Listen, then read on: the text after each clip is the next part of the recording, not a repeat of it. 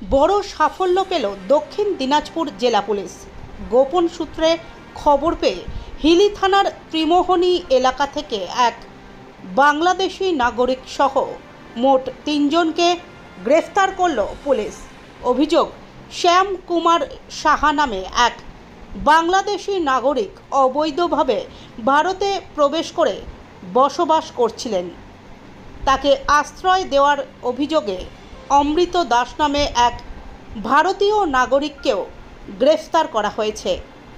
এছাড়াও ভুয়ো pan card, আধার card ও ভারতীয় ব্যাংকের পাসবুক তৈরি করে দেওয়ার অভিযোগে কিসমত দাপট এলাকার বাসিন্দা অলোক পালকেও আটক করেছে পুলিশ। ডিএসপি হেডকোয়ার্টার বিক্রম প্রসাদ এক সাংবাদিক সম্মেলনে জানিয়েছেন, ধৃতদের আদালতে পেশ করা হবে। পুলিশের পক্ষ থেকে তদন্ত ইতিমধ্যেই শুরু হয়েছে। একটা গোপন সূত্রের ভিত্তিতে আমরা খবর পাই যে একজন বাংলাদেশি নাগরিক, সে আমাদের হিলি এলাকার ত্রিমোহনীর এলাকায় বেশ কিছুদিন ধরে অবৈধভাবে থাকছে এবং এখানকার বিভিন্ন রকম কার্যকলাপের সাথে সে যুক্ত। সেই ইনফরমেশনের উপর ওয়ার্কআউট করতে গিয়ে আমরা জানতে পারি শ্যাম কুমার সাহা, সে একজন বিডি ন্যাশনাল। প্রায় 4 বছর আগে সে আমাদের ইন্ডিয়ান টেরিটরিতে এসছে অবৈধভাবে। তাকে আমরা ইন্টারসেপ্ট করার পরে থরলি ইন্টারোগেট করা হয়। ইন্টারোগেশনে জানা যায় সে হিলি এলাকারই অমৃত দাস বলে একজন ব্যক্তি, তার বাড়িতেই শেল্টার নিয়েছে, তার ফিশ ফার্ম, সেখানে শেল্টার নিয়েছে এবং সেখানেই সে মাছের দেখাশোনার কাজে নিযুক্ত রয়েছে। তো আমরা এই অমৃত দাসকেও ডিটেইন করি এবং তাকে জিজ্ঞাসাবাদ করে জানা যায় যে তিনি এই ব্যক্তিকে শেল্টার দিয়েছিলেন। আরও ফার্দার ইন্টারোগেশনে আমরা যেটা জানতে পারি যে এই শ্যাম কুমার সাহা এই অমৃত দাসের সহযোগিতায় তার আধার কার্ড এবং প্যান কার্ড তৈরি করেছেন ইন্ডিয়ান।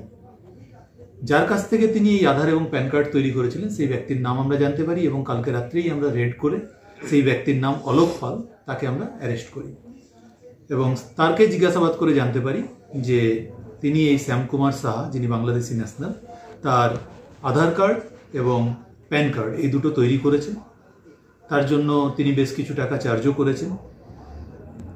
এই মুহূর্ত পর্যন্ত আমরা এই 3 জনকে অ্যারেস্ট করেছি এবং আমাদের ফার্দার যে প্রসিডিউর সেটা চলছে। আজকে কোর্টে তোলা হচ্ছে 3 জনকে? আজকে এই 3 জনকে কোর্টে তোলা হচ্ছে। আমরা 7 দিনের পুলিশ রিমান্ডের প্রেয়ার দিয়ে পাঠাচ্ছি। এই সঙ্গে কি আরো বড় চক্র রয়েছে মনে করছেন?